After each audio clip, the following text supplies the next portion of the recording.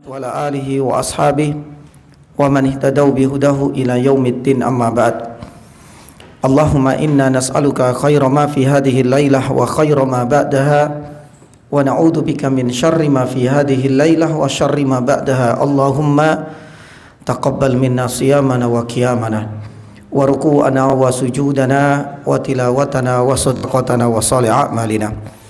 Jamaah dirahmati Allah, alhamdulillah. Malam hari ini insyaallah kita akan melanjutkan hadis yang kedua, masih di bab muraqabah. Sebuah wasiat agung dari Nabi SAW kepada Abu Dzar agar senantiasa menjaga ketakwaan, karena ketakwaan ini ternyata memiliki hubungan yang sangat erat dengan judul bab kita, yaitu muraqabatullah.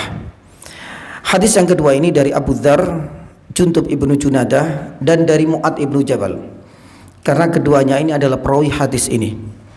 Rasul SAW bersabda, ada tiga pesan dan ada tiga wasiat.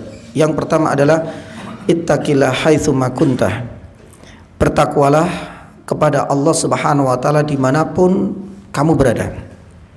Ya. Yang kedua, Nabi SAW yang mengatakan bahwasanya wa'ad bi is-sayyi'atal hasanata tamhuha. Ketika engkau berbuat keburukan, maka selalu iringi dengan kebaikan, karena keburukan itu akan dihapus oleh kebaikan dan kebajikan yang kita kerjakan. Ini adalah wasiat yang kedua. Adapun wasiat yang ketiga, Nabi sallallahu alaihi wasallam mengatakan wa khaliqin nasa bi khuluqin hasanin. Ketika engkau berinteraksi, bergaul dengan manusia, perlakukan mereka dengan akhlak yang mulia. Akhrajat Tirmidzi, dan beliau mengatakan hadis ini hasan. Jamaah dirahmati Allah Subhanahu wa taala, inilah tiga wasiat yang ditujukan kepada Abi Dzar Al-Ghifari, tapi para ulama sepakat ketika Nabi SAW itu menyampaikan pesan, wasiat, nasihat entah kepada satu dua orang di antara para sahabat, otomatis itu juga menjadi pesan dan wasiat untuk kita semua sebagai umatnya. Taib, apa saja yang bisa kita petik dari hadis ini? Wasiat Nabi SAW kepada Abu Dzar Al-Ghifari. Taib, jamaah dirahmati Allah Subhanahu wa taala. Yang pertama adalah biografi dari Abu Dzar Al-Ghifari. Abu Dzar Al-Ghifari ini tidak banyak dikupas mengenai biografinya oleh para ulama. Bahkan minim sekali data yang bisa didapatkan jamaah. Paling tidak mengenai nama jelas.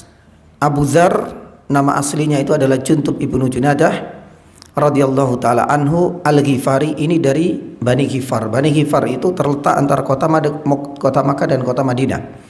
Antara kota Makkah dan kota Madinah. Beliau termasuk sahabat yang pertama kali masuk Islam. Ya, di antara para sahabat yang bukan masuk Islam akhir-akhir, tidak. Subhanallah, dari Ghifar, Bani Ghifar, jaraknya cukup jauh dari kota Makkah. Ketika mendengar kedatangan Nabi SAW dan menyampaikan risalah pertama kali dan menyatakan dirinya sebagai seorang nabi, muncul ketertarikan di dalam hati Abi Dzar untuk menuju kota Makkah, dan beliau langsung bergabung dengan angkatan pertama didikan Nabi SAW, para sahabat yang masuk Islam. Sepanjang kehidupannya setelah masuk Islam, beliau terkenal orang yang sangat zuhud, dan itu yang sangat dikenal oleh para sahabat-sahabat dan relasi serta teman-temannya. Beliau termasuk orang yang zuhud, bahkan tidak tertarik sama sekali dengan kemewahan, tidak pernah silau dengan perkara-perkara duniawi. Ya, satu hal yang menjadikan Abu Dzar Al-Ghifari radhiyallahu taala anhu, akhirnya kemudian Allah Subhanahu wa taala berikan kesempatan untuk masih bisa meninggalkan kota Makkah, sampai jua di kota Madinah, mengikuti banyak peperangan dengan Nabi SAW dan mendapati wafatnya Nabi SAW. Allah Subhanahu wa taala mewafatkan Abu Dzar Al-Ghifari di tahun 32 Hijriah di masa kekhalifahan Utsman ibn Affan. Jadi cukup panjang dan cukup lama. Nabi SAW meninggal di tahun 11. Habis itu kemudian kekhalifahan Abu Bakar, dia masih hidup. Kekhalifahan Umar pun demikian. sampai di kekhalifahan Utsman, di tahun 32 Hijriah Allah Subhanahu wa taala ya cabut nyawanya dan Allah Subhanahu wa taala wafatkan. Dari kisah dan biografi singkat dari Abu Dzar Al-Ghifari ini seringkali terselipkan satu kisah yang banyak diulas, dicantumkan terutama para ahli sejarah. Ibnu Ishaq yani misalnya, pun demikian dengan Ibnu Hisham, bahkan beberapa ulama-ulama pakar ahli sejarah pun seringkali mengutip tentang kisah prediksi Nabi Shallallahu Alaihi Wasallam bagaimana akhir dari perjalanan hidupnya Abu Dzar Al-Ghifari. Ya, ada sebuah riwayat yang sangat masyhur, rahimallahu Abu Dzar. Rahimallahu Abu Dzar. Semoga Allah Subhanahu wa taala merahmati apa? Abu Dzar. Ya, Nabi sallallahu alaihi wasallam melanjutkan. Kenapa? Karena Abu Dzar ini unik. Kata Nabi sallallahu alaihi wasallam, dia itu yamshi wahidan. Ya, berjalan sendiri. Pun demikian yang kedua, meninggal sendirian dan nanti dibangkitkan sendirian. Inilah di antara tiga hal yang menjadikan riwayat ini dimulai dengan rahimallahu Abu Dzar. Untuk yang pertama, jamaah dirahmati Allah Subhanahu wa taala, Abu Dzar Al-Ghifari ini berjalan sendirian, mengingatkan dalam sebuah kisah. Dalam perang Tabuk, qaddara ma syama fa'al, beliau tertinggal karena ada masalah dengan kendaraannya, yaitu ontanya. Ya, akhirnya dia terus tertinggal padahal rombongan kaum muslimin sudah berada di depan. Sampai akhirnya Nabi sallallahu alaihi wasallam ketika bukan ditegur ya, artinya diinfokan oleh para sahabat, ya Rasulullah takhallafah. Ada orang yang ketinggalan. Ya. Dikira di awal itu orang yang ketinggalan adalah sebagian orang-orang yang tidak ikut dalam perang Tabuk. Makanya di dalam surat At-Taubah disebutkan wa ala thalatsatil ladzina khulifu. Ada 3 sahabat yang kelak nantinya diboikot oleh Nabi sallallahu alaihi wasallam. Lah dikira mereka, ternyata tidak. Biarkan mereka. Da'uhu. Yang kedua kalinya mereka mengatakan, ya Rasulullah, ada yang tercecer di belakang, kasihan. Ya, karena ada masalah dengan tunggangannya ini. Ya, sampai diseret-seret, ini seperti itu Abu Dzar. Sampai yang ketiga kali, sahabat yang ngasih info kepada Nabi sallallahu alaihi wasallam langsung menyatakan, siapa sih dia ini? Ya Rasulullah takhalafa, yang ketinggalan ini adalah Abu Dzar. Ya, ketika yang disampaikan Abu Dzar bukan orang-orang yang masih tertambat di kota Madinah, gak ikut dalam perang Tabuk, baru Nabi sallallahu alaihi wasallam mengatakan rahimallah Abu Dzar yamshi wahidan wa yamutu wahidan wa yub'atsu wahidan. Kisah ini sangat masyhur ya, jamaah dirahmati Allah. Tapi pertanyaannya, bagaimana tanggapan dan respon dari para ulama ilmu hadis? Ternyata meskipun kisah ini dan riwayat ini sangat ya terkenal di kalangan para ahli sejarah, terutama tentang ya pengorbanan yang begitu besar dari Abu Dzar Al-Ghifari, tapi hampir seluruh para ulama ilmu hadis mengatakan hadis ini dhaif. Bahkan ada mengatakan palsu. Ya, salah satunya Imam Bukhari rahimahullah taala mengatakan ada masalah besar riwayat hadis ini karena salah satu di antara perawinya Buraidah ibnu Sufyan ini bermasalah. Maka ini pengaruh kepada kisah yang dia ceritakan. Pun demikian dengan beberapa ulama yang lain, termasuk di antara Syekh Albani rahimahullah taala. Syekh Albani rahimahullah taala menyatakan hadis ini tidak sahih. Ya, terutama bagian terakhir, penggalan terakhir dari hadis ini itu memang menyelisihi dan sangat bertentangan dengan apa? Dengan hadis lain yang sahih. Seandainya yamshi wahidan, ia berjalan sendiri, wajar. Ya, meninggal sendiri hal yang biasa. Bahkan ada di antara sahabat itu yang meninggal gak ada satupun keluarga, gak ada satupun di antara sahabat yang lain yang mensolatkannya, karena saat itu ia tinggal sendirian. Dan itu wajar. Tapi yang janggal, kata para ulama, yang akhirnya kejanggalan ini semakin memperkuat bahwasanya riwayat ini tidak sahih, yub'atsu wahidan. Ya, ketika nanti di hari kiamat dibangkitkan apa? Sendirian. Ini enggak mungkin. Ini yang menjadikan ya 2 alasan. Alasan pertama, perawinya bermasalah. Yang kedua, maknanya pun bermasalah, terutama penggalan terakhir. Padahal kita tahu manusia ketika dibangkitkan dari alam kubur dan semuanya itu di tempat yang telah dihamparkan oleh Allah Subhanahu wa taala padang mahsyar. Dan itu bukan sendirian. dan semuanya manusia akan berkumpul. Bahkan jangankan sendirian, ya, cari tempat saja susah karena di sana apa? Berdesak-desakan. Ya, karena manusia pertama sampai manusia yang terakhir itu semuanya Allah Subhanahu wa taala kumpulkan di tempat tersebut. Lah, ini yang menjadi alasan yani juga kenapa para ulama ilmu hadis menyatakan kisah ini meskipun masyhur ya di beberapa kitab sejarah, akan tetapi tidak bisa dijadikan sebagai hujah dikarenakan dua kejanggalan.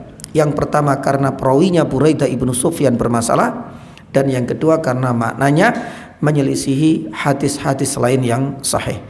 Tapi jamaah rahmati Allah, ini adalah faedah pertama. Adapun yang faedah yang kedua ini juga penting. Apa korelasinya antara hadis ini dengan bab muraqabah? Padahal ini adalah bab yang kelima, bab muraqabah. Bab yang keenam nanti itu bab at-taqwa. Kalau kita lihat ya, nggak ada kalimat muraqabah sama sekali di sini. Kalimatnya cuma ittaqillah haitsu ma kunta, bertakwalah. Kemudian wa'ad bi sayyi'al hasanata, ikutilah, barengilah setiap engkau berbuat maksiat dengan kebajikan dan kebaikan, karena hal ini akan bisa menghapuskan. Dan yang ketiga, wa khaliqin nas, pergauli manusia dengan baik. Mana ada kalimat muraqabatullah? Yang ada malah takwa. Padahal takwa kata para ulama itu sudah ada bab khusus di dalam kitab Riyadhus Shalihin. Ini kita baru bab muraqabah, bab selanjutnya tentang bab takwa. Lah, apa alasan Imam Nawawi rahimahullah taala mencantumkan hadis yang kita lihat ada kalimat takwa di bawah bab muraqabah? Para ulama menjelaskan jamaah rahmati Allah, ya, antara muraqabah dengan takwa ini ada kaitan yang sangat erat. Ya, para ulama mengatakan bahwasanya muraqabah itu adalah sebab kuatnya apa? Ketakwaan seorang hamba. Dengan kata lain, ya, takwa itu adalah buah dari muraqabah. Maka ketika seseorang merasa selalu diawasi, dilihat, diperhatikan oleh Allah Subhanahu wa taala gerak-geriknya, hal inilah yang akan membuahkan hasil yang disebut dengan apa? Takwa. Dan ketika takwa itu adalah hasil dari muraqabah, maka memacu dan memicu, dan ini adalah dampaknya apa? Imtithalu awamirillah. Hal ini akan bisa memacu seseorang untuk selalu melaksanakan perintah Allah dan menjauhi segala apa? Larangannya. Jadi subhanallah, inilah di antara tiga apa? Tiga rentetan yang saling berkaitan. Yang pertama muraqabah. Ini sebab kalau seandainya seseorang itu memiliki sifat muraqabatullah, maka akan lahir hasil dan produknya yaitu takwa. Ketika takwa itu sudah kuat pada diri seseorang, maka hal ini jamaah dirahmati Allah akan memicu dan memacu seseorang untuk apa? Untuk selalu menjaga ketaatan kepada Allah dan menjauhi segala larangannya. Karena faktor inilah Imam Nawawi rahimahullah taala ya menyebutkan hadis tentang takwa masih di bawah bab muraqabah, karena hubungannya sangat erat. Ya, ketakwaan itu adalah hasil dari muraqabah. Taib jamaah dirahmati Allah Subhanahu wa taala, ini adalah faedah yang kedua. Faedah yang ketiga, kita masuk pada ketakwaan. Apa itu takwa? Ya, dan tingkatan-tingkatannya. Untuk masalah takwa ini kita tidak menyebutkan secara spesifik, karena nanti ada bab khusus sendiri setelah muraqabah, ada bab takwa. Tapi paling tidak, takwa seringkali kita dengarkan ketika khutbah Jum'ah, itu yang paling sering ya, dan kerap kali kita dengarkan yakni juga dari para khatib. Takwa itu adalah melaksanakan perintah Allah Subhanahu wa taala dan meninggalkan segala larangannya. Namun jamaah dirahmati Allah Subhanahu wa taala, ada beberapa ulama yang mencoba untuk menelusuri lebih dalam apa sih hakikat dari takwa itu. Ya, apakah takwa itu cuma sekedar dalam tanda kutip makna sebagaimana yang sering kita baca dan kita dengar seperti itu? Ya, ternyata ada makna yang lebih dalam. Ya, melaksanakan perintah Allah dan menjauhi segala larangannya, ini sebenarnya tidak salah, tapi kurang sempurna. Beberapa ulama mengatakan bahwasanya ketakwaan itu pada hakikatnya adalah melaksanakan perintah yang pertama kali ditujukan kepada manusia, yaitu tauhid. Ya, karena seringkali kita lupa.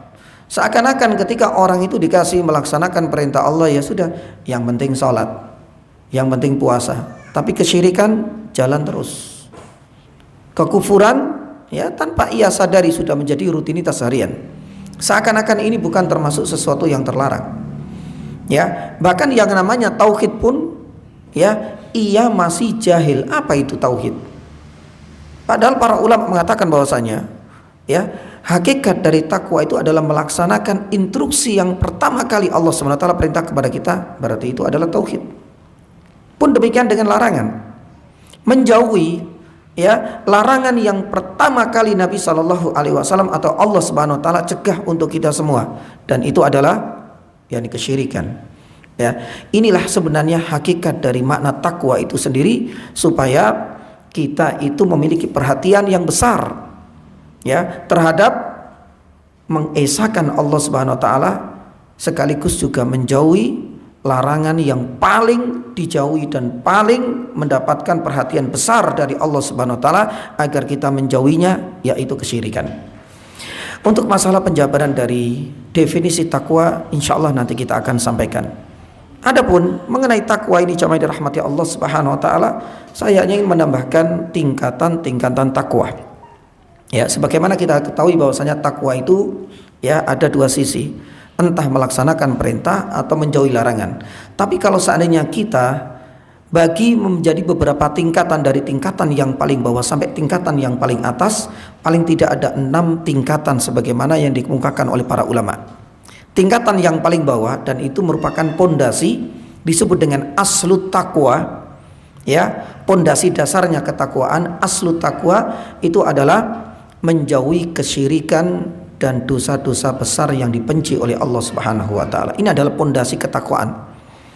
Maka ibaratnya kalau kita membangun sebuah rumah, ya, kita harus mengikuti ritme, ya, pun demikian tahapan-tahapan ini. Tidak mulai dari atas aksesorisnya, tapi dari bawah pondasinya. Maka ketakwaan seseorang itu dibangun dari pondasi awal aslut takwa, bagaimana seseorang itu memurnikan tauhid dan menjauhi segala bentuk kesyirikan. Itulah aslut takwa kata para ulama. Sedangkan tingkatan yang lebih baik daripada itu, tingkatan di atasnya, itu disebut yakni dengan apa, jamaah rahmati Allah? Ya, sebagian ulama yang mengatakan yang kedua itu adalah takwatul istiqomah. Ya, bagaimana pondasi itu sudah kuat, maka tinggal dipoles dengan tingkatan yang berikutnya, disebut dengan takwal istiqomah. Mempertahankan istiqomah, ya, untuk selalu menjalankan perintah Allah yang wajib dan menjauhi larangan-larangan Allah Subhanahu wa taala yang lain. Ya, karena kita tidak hanya dituntut untuk mempertahankan pondasi yang kuat, dasar yang kokoh tauhid dan meninggalkan kesyirikan, tidak cukup dengan itu. Karena ada tahapan berikutnya, begitu banyak rukun-rukun Islam yang lain yang harus kita pertahankan.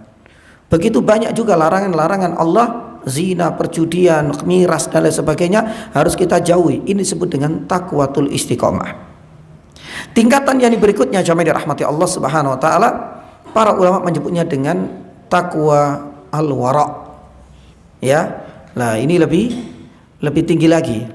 Ya, di mana takwa al-wara ini berusaha untuk meninggalkan perkara-perkara yang hukum asalnya mubah, tapi dikhawatirkan melalaikan, bahkan menyebabkan madarat yang lebih besar pada agamanya.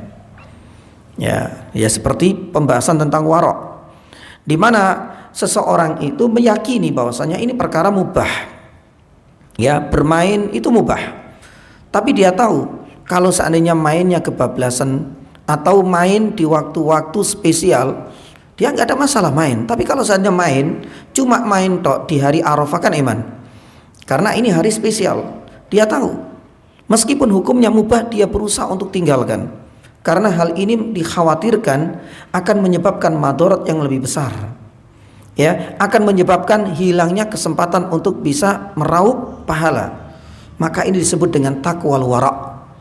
Ya, rata-rata, mohon maaf, manusia itu pada tingkatan pertama dan kedua itu rata-rata.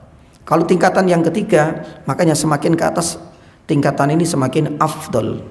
Tingkatan aslu, pondasinya takwa, kemudian takwatul istiqomah, yang ketiga takwa al-wara'. Ini tingkatan lebih tinggi. Gak semua orang, ya. Adapun tingkatan takwa berikutnya yang kelima atau yang keempat, ya. Para ulama mengatakan takwa berikutnya adalah takwa yakni takwa, ya, al-muraqabah. Maka disinilah kemudian, ya, kita pernah sampaikan pada hadis sebelumnya, takwal muraqabah itu artinya apa? Anta budallaha ka'annaka tarahu. Ya, merasa selalu diawasi oleh Allah Subhanahu wa ta'ala dimanapun yang berada. Terkadang pondasi kuat, iya. Semua ibadah dan dosa-dosa besar ditinggalkan, oke. Tingkatan yang ketiga, masalah-masalah yang mubah dia berusaha untuk tinggalkan. Akan tetapi terkadang, ya, dia masih terjerumus ke dalam kemaksiatan karena merasa muraqabatullahnya itu lemah. Ya, dan ini adalah tingkatan yang keempat. Adapun tingkatan yang paling tinggi disebut dengan takwal ihsan, dan itu yang kita sebut dengan takwal musyahadah. Pada pertemuan sebelumnya kita sampaikan, musyahadah itu ketika kita beribadah, ya maaf, tadi yang muraqabah itu fa illam takun tarau fa innahu yarak. Sedangkan yang paling tinggi ihsan yang kita kenal dengan musyahadah pada pertemuan sebelumnya itu adalah anta budallah ka'annaka tarahu. Engkau beribadah seakan-akan engkau melihat Allah Subhanahu wa ta'ala. Inilah diantara tingkatan yakni takwa. Kita berharap tidak hanya mampu mengunci tingkatan pertama dan kedua, tapi bagaimana kita bisa naik tingkatan yang ketiga, takwal wara', sampai kemudian takwal muraqabah, dan yang paling tinggi takwal ihsan atau takwa al-musyahadah. Taib jamaah dirahmati Allah Subhanahu wa ta'ala. Inilah pesan yang pertama dari Nabi sallallahu alaihi wasallam. Ittaqillah haitsuma kunta. Penjelasan lebih lanjutnya insyaallah nanti kita akan sampaikan di babnya, bab tentang takwa, dan itu adalah bab yang ke-6. Faedah berikutnya jamaah dirahmati Allah, dan urutannya ini menjadi faedah yang keempat. Kita akan membahas tentang apa ya nih jamaah? Tentang wa'ad bi sayyi'atal hasanatamhuha. Ya.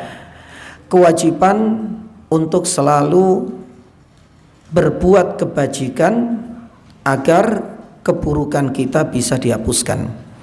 Karena setiap kebajikan itu akan bisa merontokkan dan menghapuskan keburukan-keburukan yang kita kerjakan.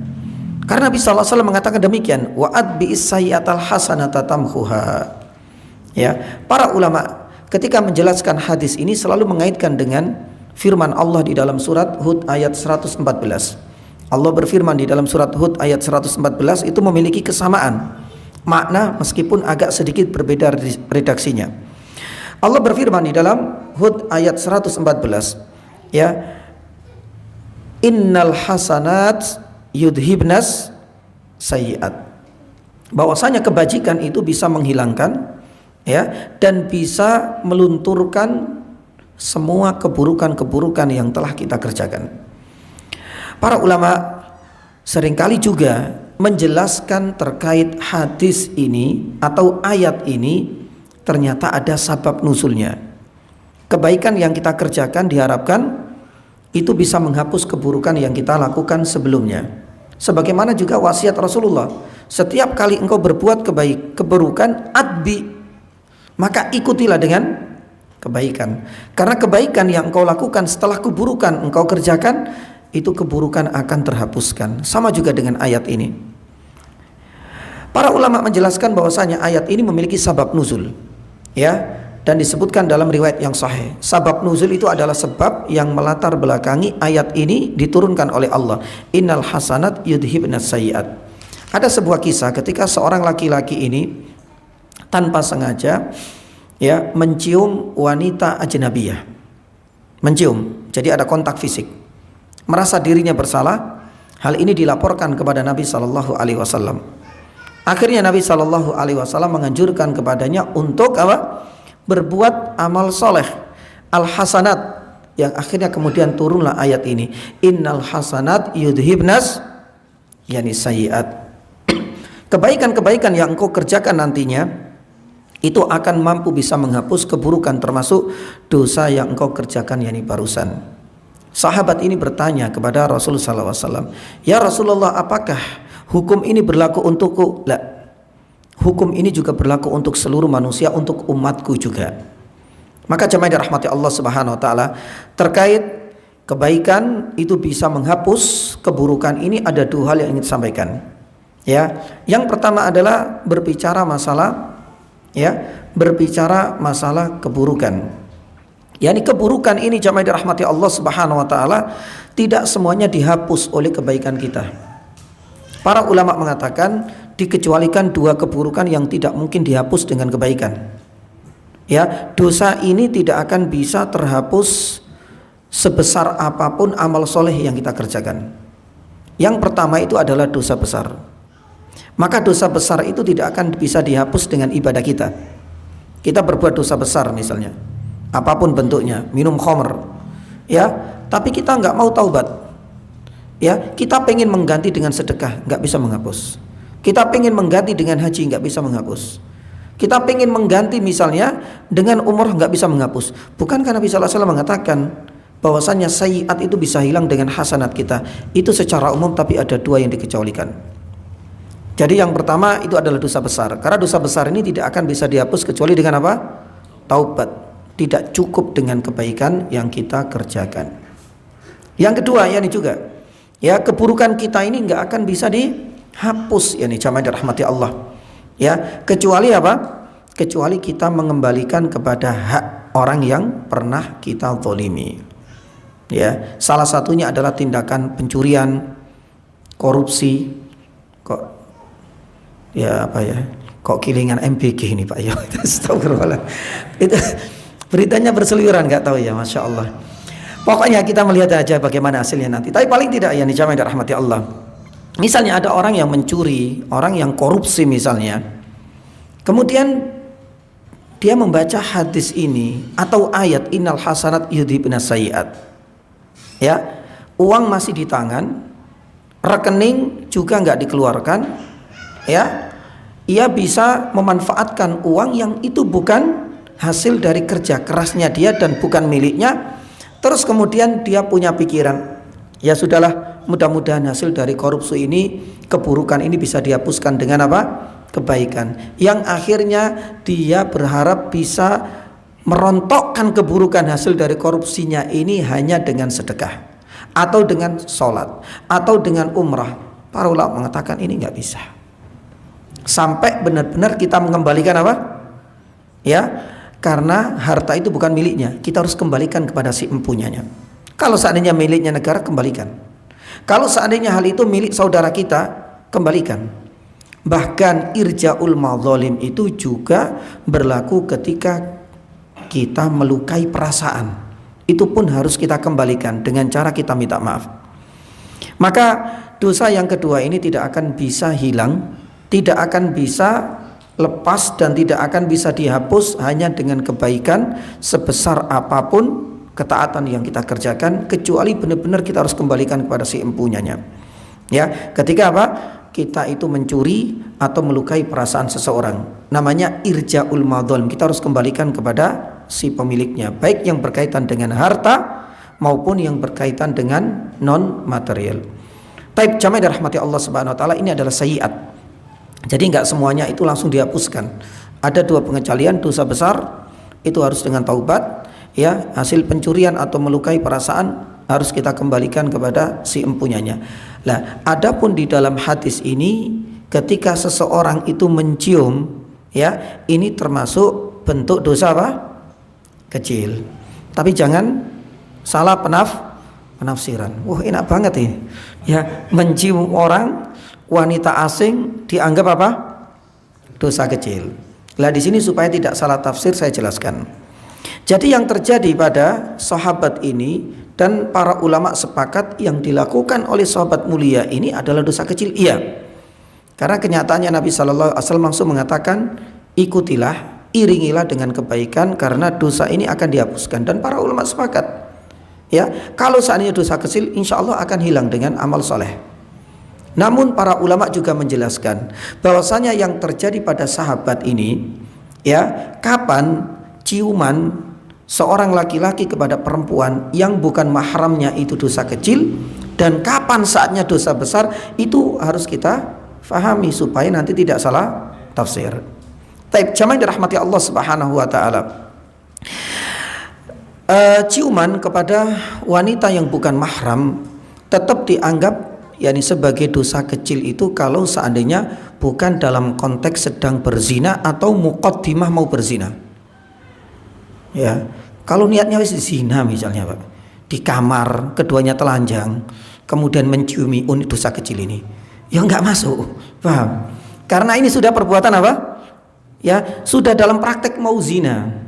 Sudah nggak usah berdalil dengan hadis ini, ya, nggak usah berhujah dengan ceritanya sahabat, karena para ulama mengatakan kalau kublah itu bukan dalam konteks sedang berzina atau muqaddimah berzina, kalau bukan itu dosa kecil. Tapi kalau seandainya sudah dalam kondisi mau zina ini, kemudian diawali dengan ciuman, wah ini dosa kecil, Mbak, nggak ada masalah, nggak bisa karena konteksnya sedang berzina. Lah, jamaah dirahmati Allah, para ulama mengatakan kublah selama itu masih dianggap dosa kecil, itu tidak dalam kondisi ia sedang berzina.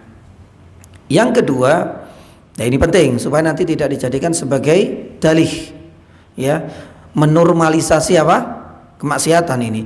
Yang kedua, masih dianggap dosa kecil kalau seandainya tidak dilakukan secara terus menerus, guna untuk melaksanakan ittiba'us sunnah. Para sahabat juga pernah mencium kemudian sholat, alhamdulillah hilang. Nanti cari lagi, mencium orang lagi, dengan sedekah, hilang. Lah, dalam kasus ini cuma sekali tok jemaah. Makanya para ulama mengatakan ciuman ini adalah dosa kecil, akan tetapi tidak dalam konteks diulang-ulang, bahkan merasa senang untuk terus mengulangi perbuatan maksiat. Oleh karenanya para ulama mengatakan apa? Ada sebuah kaidah yang sangat penting.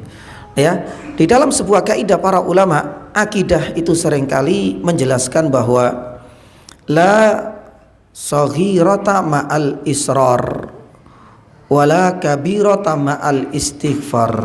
Ini dua kaidah yang sangat penting. Kaidah yang pertama, la saghirata ma'al israr. Dosa kecil enggak selamanya kecil kalau dilakukan secara terus menerus. Makanya para ulama mengatakan kublah, ciuman yang dilakukan oleh sahabat ini termasuk dosa kecil karena itu cuma sekali tok dan enggak diulang. Kalau seandainya jenengan waliyadzubillah mengulang-ulang seperti ini, maka naik tingkat menjadi dosa besar. Jadi la saghirata ma'al israr. Ketika dosa kecil dilakukan terus menerus, maka sudah tidak lagi disebut dengan dosa kecil. Sebagaimana juga wala kabirata ma'al istighfar. Dosa besar itu tidak akan diampuni oleh Allah hanya dengan istighfar hingga benar-benar dia bertaubat gitu loh. Karena istighfar itu salah satu memang di antara syarat, tapi harus benar-benar terpenuhi semua syarat-syaratnya sebagaimana dulu kita sampaikan. Kalau cuma bertaubat, beristighfar saja setelah zina, astagfirullah, alhamdulillah sudah nanti kemudian berzina lagi, cuma istighfar saja, nggak cukup. Para ulama mengatakan la kabirata ma'al istighfar. Artinya dosa besar ini tidak akan diampuni oleh Allah Subhanahu wa taala hanya mencukupkan dengan istighfar sampai benar-benar memenuhi semua syarat-syarat taubatan nasuha. Taib, jamaah dirahmati Allah Subhanahu wa taala, ini yang kedua. Yang ketiga tidak kalah pentingnya, kublah atau mencium wanita yang itu bukan mahramnya masih tergolong kategori dosa kecil, yang ketiga asalkan tidak dengan syahwat yang kuat, gitu. Karena kalau syahwat yang kuat nggak bisa dibayangkan seperti itulah, maka berarti ini sudah naik tingkat. Berarti ini sudah masuk muqaddimah kepada zina. Makanya ada para ulama mengatakan ini karena faktor darurat syahwat, atau ada yang mengatakan ini karena faktor ketidaksengajaan. Maka berarti selama tiga ini terpenuhi, itu termasuk shaghirah, yaitu dosa kecil, dan itu yang dilaporkan oleh sahabat tersebut kepada Nabi sallallahu alaihi wasallam. Ya, karena ciuman ini bukan bagian dari perzinaan atau muqaddimah ketika ia mau zina, enggak. Yang kedua, ini tidak lakukan berkali-kali. Itu hanya sekali saja langsung dilaporkan kepada Rasulullah. Rasulullah ngasih solusi tadi. Yang ketiga, ya, dia mencium itu bukan karena syahwat yang kuat, yani banget enggak. Maka ketika salah satu ini tidak terpenuhi, otomatis dia naik tingkat menjadi apa? Menjadi dosa besar. Ya, seperti ciuman ketika zina itu sudah dosa besar.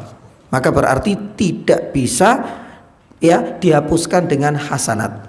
Harus dengan taubat. Ciuman kepada wanita yang itu bukan mahram yani kita, wanita asing, tapi dilakukan secara berulang-ulang, berarti sudah naik tingkatnya dosa besar, tidak bisa dihapuskan dengan hasanat, tapi dengan taubat. Sebagaimana yang ketiga. Ya, ketika ciuman itu dengan haijani syahwat, dengan syahwat yang memuncak misalnya seperti itu, dan itu sudah masuk pada muqaddimah zina, maka ini tidak bisa dihilangkan dosa seperti ini dengan hasanat, tapi dengan taubatan nasuha. Ya, semoga bisa difahami dan kita tidak salah menafsirkan cerita tentang terjerumusnya seorang sahabat di saat ia mencium wanita asing atau wanita yang bukan mahramnya. Adapun yang hasanat jamaah dirahmati Allah ini sangat banyak, cakupannya luas. Semua kebaikan asalkan yang kita hadapi dosa kecil, maka semuanya dengan izin Allah akan menghapuskan. Namun tidak ada hasanat yang paling utama adalah tauhid. Karena tauhid itu akan menghapuskan semua dosa-dosa kecil kita otomatis. Ya. Kemudian yang kedua adalah menjaga salat 5 waktu. Nabi SAW pernah bersabda, as-salawatul khams mukaffiratun lima bainahunna. Subhanallah. Salat yang kita kerjakan mulai dari maghrib, nanti kemudian apa? Yani isya. Perasaan kita di masjid ini enggak berdosa kok Ustaz. Ya. Terus malaikat mau menghapus ya dosa kecil kita apa? Perasaannya ini enggak. Jamaah yang dirahmati Allah, dosa kecil itu jangan, sebagaimana kita sering sampaikan, jangan hanya dibatasi oleh apa yang nampak mata kita. Ya, perasaan kita duduk di sini nggak ngelakuin apa-apa Ustaz, mendengarkan ya ini saja, berarti nggak ada dosa kecil yang nanti dihapuskan. Ya, sumber dari dosa itu sangat banyak dan semua anggota badan ini rentan sekali ya bisa menjerumuskan kita ke dalam dosa kecil. Mungkin diri kita ini tinggalnya di mana? Duduknya di masjid. Akan tetapi halusinasi dari pikiran kita memikirkan macam-macam. Mungkin hati kita ya yang akhirnya kemudian muncul beberapa perasaan-perasaan jelek kepada orang lain. Maka ini adalah bagian dari bentuk dosa yang harus kita kalkulasi. Jangan hanya keberadaan kita di masjid, kita enggak zina di sini Ustaz, kita enggak minum khamr. Dosa itu tidak hanya diukur oleh apa yang kita lihat, tapi seringkali yang kurang nampak oleh kita itu malah luput dari pengamatan yakni kita semua, yaitu perbuatan apa? Yakni hati kita. Maka oleh karena jamaah rahmati Allah, ini adalah salat 5 waktu. Termasuk yakni juga di antara sedekah. Sedekah itu tudfi, yakni bisa apa? Ya, bisa memadamkan dan bisa menghilangkan dan bisa menghapuskan juga sayiat. Termasuk di antaranya adalah siam. Rasulullah SAW mengatakan Ramadan satu ke Ramadan yang lain bisa menghapuskan, tapi yang dihapuskan cuma dosa kecil. Termasuk juga umrah. Nabi SAW mengatakan al-umrah ya ila umrah satu kepada umrah yang lain bisa menghapuskan. Termasuk juga yakni haji. Lah, semua kebaikan ini jamaah dirahmati Allah diharapkan bisa menghapuskan dosa kecil. Karena ada 2 yang tidak akan bisa dihapuskan dengan kebaikan. Yang pertama dosa besar, dan yang kedua ketika kita ya berbuat zalim kepada saudara kita, maka harus kita kembalikan kezaliman itu kepada si empunyanya. Kalau seandainya berkaitan dengan harta, kita kembalikan. Kalau seandainya berkaitan yakni dengan melukai perasaan, kita harus minta untuk dibukakan maaf yakni darinya. Tapi jamaah rahmati Allah Subhanahu wa taala, ini adalah yang enggak tahu yang keempat ya. Adapun yang terakhir jamaah rahmati Allah, sudah adzan belum ini? Belum. Baik. Wasiat yang ketiga dari Nabi SAW setelah bertakwa, yang kedua agar selalu mengikuti keburukan dengan kebaikan, dan sudah kita terangkan penjelasannya pun demikian dengan riwayat ya tentang ya sebab diturunkannya ayat yang memiliki kemiripan redaksi dengan hadis ini. Yang terakhir, wa khaliqin nasa bi khuluqin hasanin. Ini adalah wasiat yang sangat mulia Ya, Nabi SAW mengajak kepada kita untuk menjadi manusia yang supel, ya, tidak kemudian selalu eksklusif, nggak mau bergaul dengan siapapun, ya nih jamaah.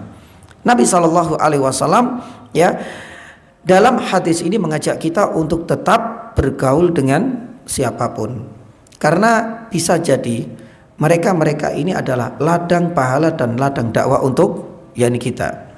Ya, di sisi lain ketika kita berbaur, berinteraksi dengan mereka, jangan hanya sekedar membaur saja, tapi Nabi SAW mengatakan bihulukin, yakni hasanin, dengan akhlak yang mulia. Ketika ada seorang imam yang menjadi imam sholat sedangkan makmumnya itu tidak suka dengannya, tapi ini juga perlu kita jelaskan, ini berkaitan dengan akhlak, bukan dikarenakan bacaannya panjang, ya, bukan itu, tapi karena akhlaknya yang tidak disukai oleh masyarakat dan makmumnya, ya. Nah, hal seperti ini juga perlu yang kita perhatikan. Ternyata, ya, subhanallah, kalau seandainya ada yang menjadi imam, ini kan sebuah jabatan, meskipun bukan jabatan non struktural, tapi kan prestis gitu loh jamaah. Akan tapi di saat masyarakatnya, makmumnya tahu track recordnya ini buruk, ya, yang akhirnya kemudian gak suka dengannya, ini mempengaruhi sholatnya. Ya, sebagaimana Nabi SAW juga mengatakan kelompok yang kedua itu adalah, mohon maaf ya, istri ketika menolak ajakan yakni suami, dan akhirnya suami itu marah, ya, gondok misalnya, maka sholatnya seorang istri ini tidak akan diterima oleh Allah Subhanahu Wa Taala meskipun sejengkal dari atas kepalanya. Ya, termasuk antara dua orang yang saling bersitegang bermusuhan. Kata Nabi SAW, 3 orang ini sholatnya tidak akan diterima. Ya, maka oleh karenanya jamaah dirahmati Allah Subhanahu Wa Taala, bahkan dalam sebuah riwayat Nabi SAW mengatakan, ketika ada yang ngeluh, seorang wanita menyampaikan kepada Nabi SAW, ya Rasulullah, aku punya tetangga, ya, ia itu rajin sholat sunnahnya, sedekahnya, puasanya nggak pernah bolong puasa sunnahnya, tapi satu, ya, mulutnya lancip, mungkin bahasa kita Pak ya, ya, artinya ya kalau nggak melukai ya pedes macam-macam. Nabi SAW langsung mengatakan apa? Hiya finnar. Bayangkan, Nabi SAW nggak melihat sama sekali ibadahnya, rutinnya dia untuk menjaga sholat malamnya, tapi karena faktor dia tidak bisa berakhlak mulia dengan tetangganya, dengan saudaranya, Nabi SAW mengatakan hiya finnar. Ya. Tapi sebaliknya ketika Nabi SAW menyatakan ada orang yang biasa-biasa saja tapi supel bagus, menunjukkan akhlak yang mulia, Nabi SAW langsung kemudian menjatuhkan vonis hiya fil jannah, dia di surga. Maka oleh karena jamaah rahmati Allah, masalah akhlak mulia ini memang, ya, dalam bahasa politikus ngeri-ngeri sedap memang. Di satu sisi ada ancaman yang berat, di sisi lain memang kita harus benar-benar mempertahankan agar kita selalu menghiasi setiap aktivitas kita dengan akhlak mulia. Nah, terkait keutamaan yang sangat banyak, saya sebutkan secara global saja ya. Kenapa sih kita berakhlak mulia? Yang pertama, ya, ini sebagai bentuk ittiba, mengikuti Nabi SAW, di mana akhlaknya dipuji oleh Allah dari langit dengan turunnya surat Al-Qalam ayat yang keempat, wa innaka la'ala khuluqin azim. Kalaulah Nabi SAW, kita yakin idola kita siapa? Rasulullah. Dan Rasulullah SAW itu idola kita yang menjadi panutan kita, dan Rasulullah itu dipuji oleh Allah karena apa? Faktor akhlak yang mulia. Kalau kita benar-benar menjadikan Rasulullah idola kita, panutan kita, maka akhlak yang menjadi cerminan Rasulullah akhirnya mendapatkan pujian dari langit, seharusnya juga menjadi akhlak untuk diri kita sebagai orang yang mengidolakannya. Kemudian di antara alasan yang kedua, kenapa akhlak ini memiliki keutamaan, para ulama menjelaskan karena ini adalah tujuan utama Allah Subhanahu Wa Taala mengutus Nabi Sallallahu Alaihi Wasallam. Innama bu'ithu liutammima makarimal akhlak, dalam redaksi mahasinal akhlak. Aku diutus ini adalah untuk menyempurnakan akhlak. Berarti akhlak ini salah satu di antara poin penting dari risalah yang dibawa oleh Nabi Sallallahu Alaihi Wasallam. Memang poin yang paling utama dan pertama itu adalah wa ma khalaqtul jinna wal insa illa liya'budun, ya, mengajak mereka untuk mentauhidkan Allah. Tapi ternyata salah satu di antara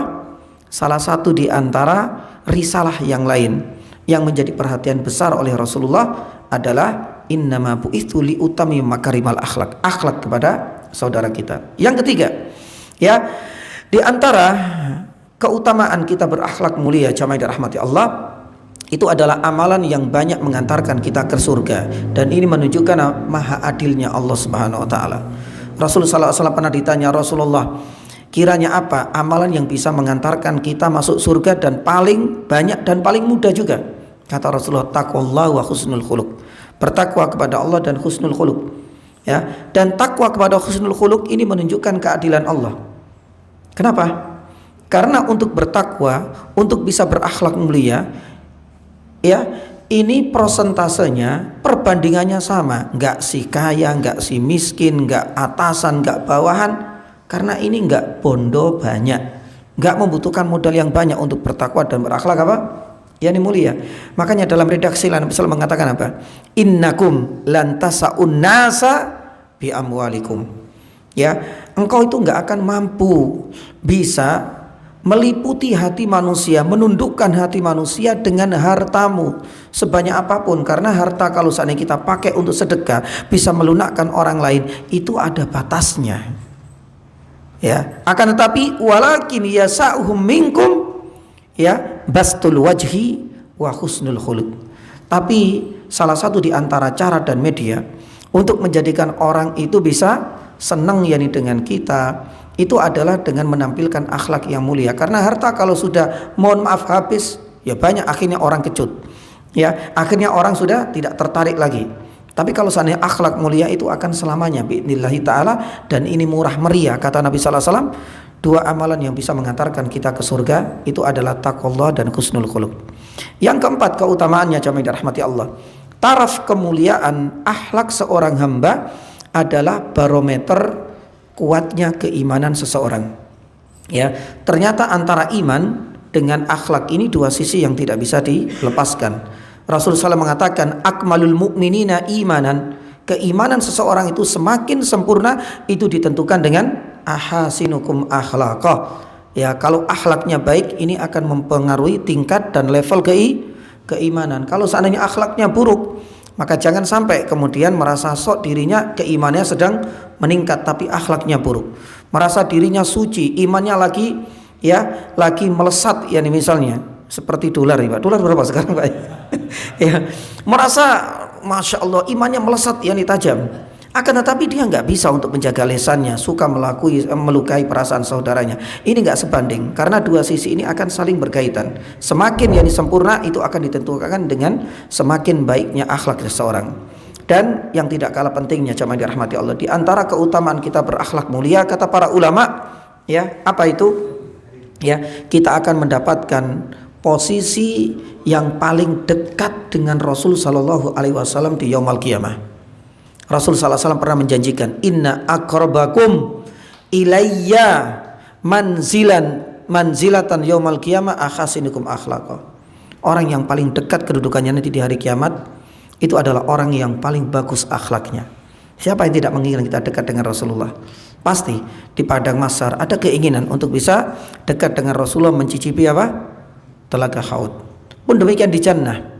Ya, kita menginginkan demikian. Makanya Nabi selalu memotivasi kita, idza sa'altum fas'aluhu al-firdausul a'la. Kalau seandainya engkau itu pengen minta surga, sekalian minta firdausul a'la, karena nanti bisa dekat dengan Nabi sallallahu alaihi wasallam. Tapi Rasulullah sudah ngasih bocoran, engkau itu bisa menempati posisi yang dekat denganku, inna aqrabakum ilayya majlisan yaumal qiyamah ahsinukum akhlaqa. Dan yang terakhir sebelum kita tutup jamaah dirahmati Allah, kenapa kita harus menghiasi diri kita dengan akhlak yang mulia? Para ulama mengatakan karena Rasul sallallahu alaihi wasallam selalu rutin berdoa agar diberikan akhlak yang mulia dan agar dijauhkan dari akhlak yang buruk. Subhanallah. Padahal Nabi sallallahu alaihi wasallam itu sudah dapat rekomendasi, sudah dipuji dalam surat Al-Qalam ayat yang keempat, tapi doa yang sering kali dirutinkan oleh Rasulullah minta agar diberikan akhlak yang mulia dan dijauhkan dari akhlak yang buruk. Salah satunya doa yang dibaca oleh Rasulullah, Allahumma hdini li ahsanil a'mal wa ahsanil akhlaq la yahdi li ahsaniha illa anta. Ya Allah, berikan hidayah agar aku bisa ya, menghiasi diriku dengan amalan yang baik, dengan akhlak yang luhur, karena tidak ada yang bisa membimbingku untuk ke sana kecuali Engkau. Ya, kemudian yang kedua, Rasul mengatakan bahwasanya wakini sayyi'al a'mal wa sayyi'al akhlak la yaki sayyi'aha ila anta. Ya Allah, jauhkan aku dari akhlak yang buruk, karena tidak ada yang mampu untuk menghindarkan darinya kecuali Engkau. Sebagaimana Nabi sallallahu alaihi wasallam juga pernah berdoa rutin. Ya, doa ini pernah saya sampaikan di beberapa tempat. Kalau dulu kita kecil, doanya ini dipakai untuk waktu kita bercermin. Doanya apa? Allahumma kama fahasin yani khuluqi. Padahal doa ini jamaah dirahmati Allah, ini doanya sifatnya umum. Ya, bahkan bisa kita rutinkan. Ya Allah, sebagaimana Engkau apa? Memperbagus yakni tampangku ini, Engkau memperbagus yakni fisikku ini, fahasin khuluqi, maka perbagus yakni juga perangai dan akhlakku. Ini doa yang sering, dan di antara doa yang lain Nabi sallallahu alaihi wasallam juga seringkali membaca Allahumma inni a'udzubika min munkaratil akhlak wal a'mal wal ahwa. Ya Allah, aku memohon perlindungan kepadamu dari keburukan amalan, keburukan perangai, dan keburukan untuk mengikuti dan mengekor hawa nafsu. Wallahu taala alam bisawab. Inilah di antara faedah yang bisa kita petik dari hadis yang kedua, dan insyaallah pada pertemuan selanjutnya kalau tidak ada udzur kita akan lanjut di hadis yang ketiga, masih di bab al-muraqabah, merasa diawasi oleh Allah Subhanahu wa taala.